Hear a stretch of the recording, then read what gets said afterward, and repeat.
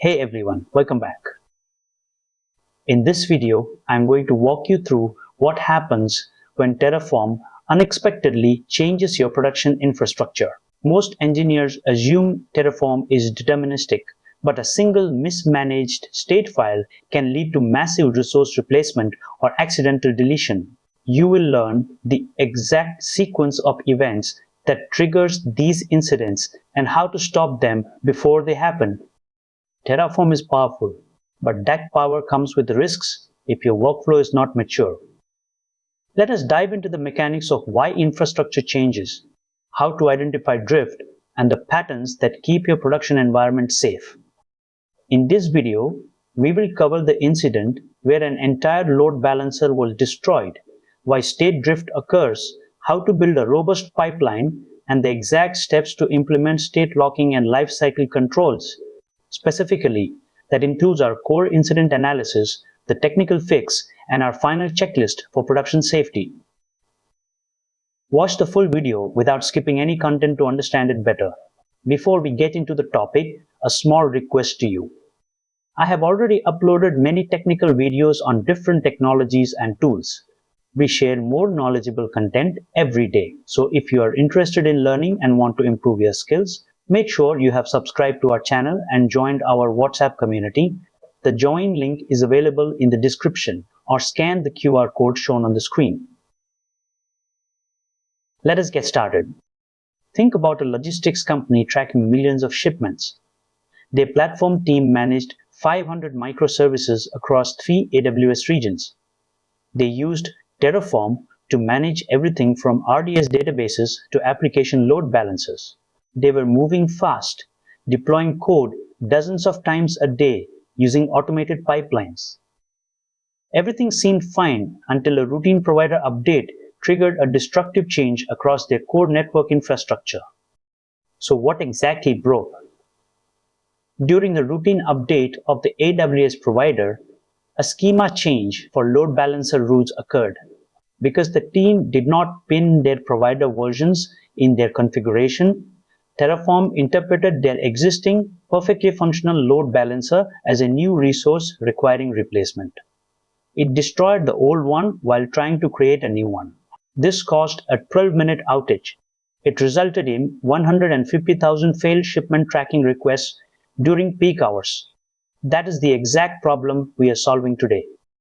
To fix this, the team implemented a 3-layered protection strategy.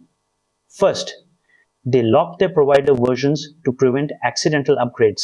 Second, they implemented DynamoDB state locking to prevent concurrent runs from corrupting the state file.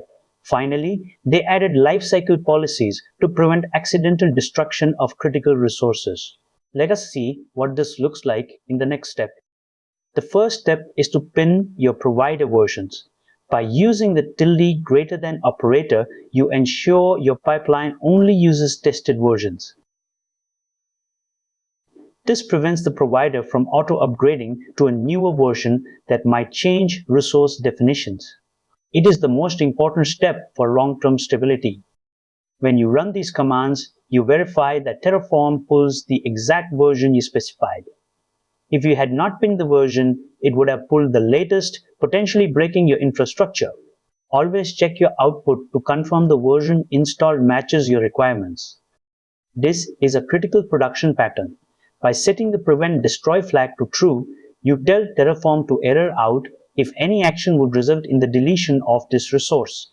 Even if your code is changed or the state file is corrupted, Terraform will stop and require a manual override. It provides a safety net for your most important components. The results were immediate. When they simulated another provider upgrade, Terraform threw an error instead of destroying the load balancer. Their deployment failure rate dropped by 98%. Most importantly, recovery time from drift went from hours of manual labor to just minutes of configuration adjustment. They had successfully built a resilient, self-protecting infrastructure. What are the key lessons here? First, never apply changes without a thorough plan review. Second, state drift is inevitable, so use the refresh-only flag to see it before it impacts your environment. Third, a remote backend with state locking is mandatory for team collaboration. Finally, treat your infrastructure as immutable code. If you follow these 4 rules, you will avoid 80% of common production outages. So, does this apply to you? If your team has multiple people touching the same infrastructure, you need state locking. If you deploy to production frequently, you need the protection of lifecycle policies.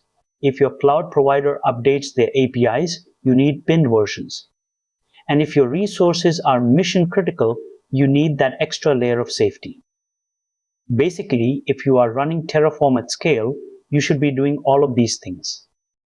You now know the essentials for safe Terraform management. Remember to pin your provider versions, use lifecycle policies for critical resources, and enable state locking. Always use refresh-only plans to catch drift early, and never skip the plan review stage. These steps ensure your production environment stays stable even during complex updates. These are the core concepts to carry forward from this video. I believe this video will definitely be a useful video. If you like the video, please do like and hype the video.